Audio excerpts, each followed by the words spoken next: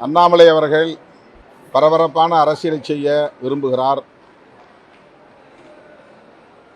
தமிழகத்தை பொறுத்தவரையில் அதிமுக எதிர்க்கட்சி அல்ல, பாஜக தான் எதிர்க்கட்சி என்று காட்டுவதற்கு பெரிதும் முயற்சிக்கிறார்.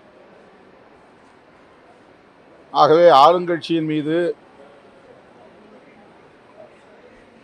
அவ்வப்போது குற்றச்சாட்டுகளை அடுக்கினால்தான் ஒரு எதிர்க்கட்சியாக செயல்பட முடியும், எதிர்க்கட்சி தலைவராக காட்டிக்கொள்ள முடியும் என்று அவர் நம்புவதாக தெரிகிறது. கைது செய்யப்பட்ட ஞானசேகரன் அரசியல் கட்சி தலைவர்களோடு புகைப்படம் எடுத்திருக்கிறார் என்று காரணம் சொல்லி அதற்கு திமுக பொறுப்பேற்க வேண்டும் என்று கூறுவது அப்பட்டமான ஒரு அரசியல், ஆதாய அரசியல். அவர் கைது செய்யப்படாமல் இருந்தால் ஒருவேளை இந்த காரணத்தினால்தான் திமுக அரசு அவரை கைது செய்யவில்லை என்று கூட குற்றம் சாட்டலாம்.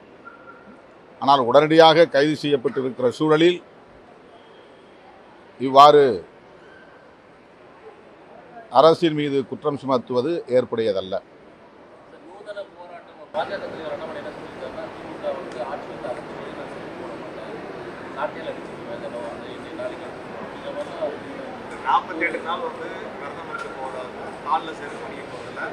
திமுக ஆட்சியிலிருந்து விலகிற வரைக்கும் அதை செருப்பு போட மாட்டேங்கிறாரு. அதே மாதிரி தனக்கு தண்டனையை 6 சாட்டை அடியை வீட்டுக்குள்ள நின்று நாளைக்கு 10 மணிக்கு அவர் அடிச்சு போகிறது அப்படின்ட்டு இந்த அணுகுமுறை நாகரிகமான அரசியல் சொல்லிட்டு அந்த வார்த்தையை பயன்படுத்தி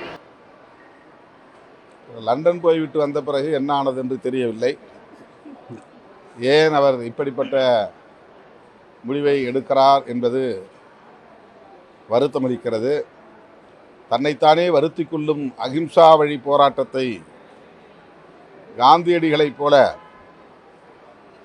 கையில் எடுக்கிறாரா என்று தெரியவில்லை. ஆனால் காந்தியடிகள் கூட இப்படிப்பட்ட போராட்டங்களை அறிவித்ததில்லை. உண்ணாநிலை அறப்போராட்டம் சரி, தன்னைத்தானே சவுக்கால் அடித்துக்கொள்வது, சாட்டையால் அடித்துக்கொள்வது அதிர்ச்சியாக இருக்கிறது. அவருடைய போராட்ட அறிவிப்புகள் நகைப்புக்குரியவையாக மாறிவிடக்கூடாது.